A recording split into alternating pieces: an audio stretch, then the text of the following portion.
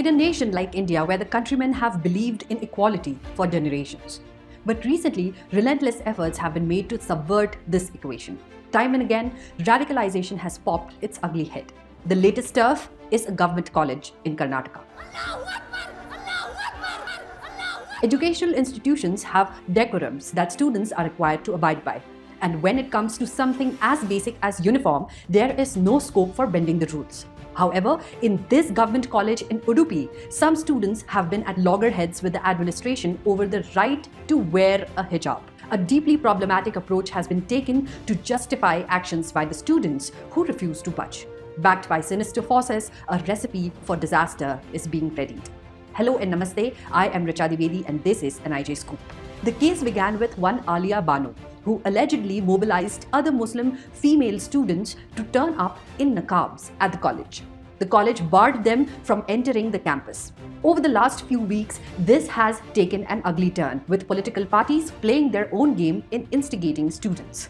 Social media has been filled with displays of hypocrisy by the left liberal cabal that has often used students as pawns to further its own agenda. For years, the same people who have been celebrating women's freedom from orthodox religious compulsions, mostly enforced by men, suddenly began supporting the choice of donning niqab to college. Congress leader Priyanka Gandhi went a step ahead and made this statement, and I quote, "Whether it is a bikini, a gungat, a pair of jeans or a hijab, it is a woman's right to decide what she wants to wear. This right is guaranteed by the Indian Constitution. Stop harassing women." Now this is wrong at many levels. First, the whole controversy is around wearing niqab to college that has a prescribed uniform. What Priyanka Gandhi is saying is that women have the freedom to wear anything they like. We could have ignored this as casual whataboutery, but the fact that it isn't changes the discourse.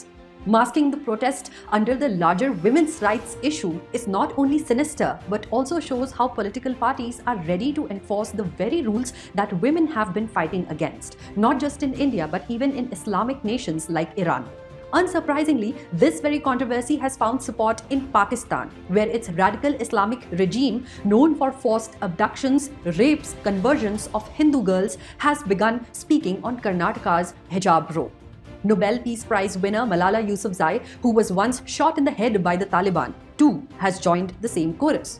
Oh, the irony of it. In fact, when it comes to cultural identities in a country like India, the very decision to don burqa and niqab stems from the radicalized form of Islam that is at direct loggerheads with Indian ethos. Many women have stated that in Karnataka, where the protests are happening, burqa or niqab have never been a part of their cultural identity, irrespective of the religion. So how do a bunch of girls suddenly turn up in outfits citing religion? As the issue simmers, news channels have been airing exposés where clearly the same lot of girls were not seen in niqabs last year or for years before that in college photographs. What does this indicate? The fact that this sudden uprising has some radicalized element that is fueling the issue in the name of minority rights.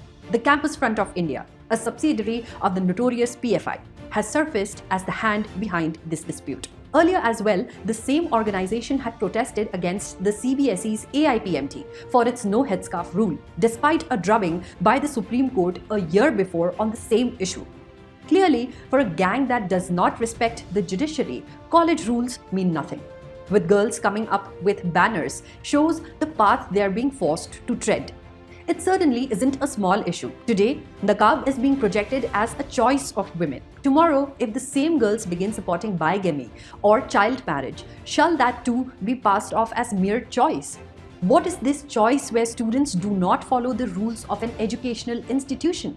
Are the flag bearers of women's rights in the country ready to push society backwards just to cater to the larger agenda? Over the last few years, monumental efforts have been made by the government to bring minorities to the mainstream. With the abolition of practices like triple talaq, the government has actually ensured the protection of women from religious burdens enforced by men. Education for all has been a priority, irrespective of caste, creed, and religion. However, political parties using students to drive an agenda is unfortunate.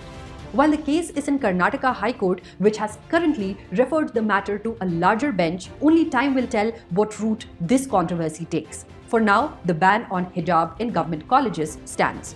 It is for the students to decide whether they want to study or play politics. Let us know in the comments below what you think about this issue. Until next time, this is Richa Divedi signing off. Dhanyavad and Namaste.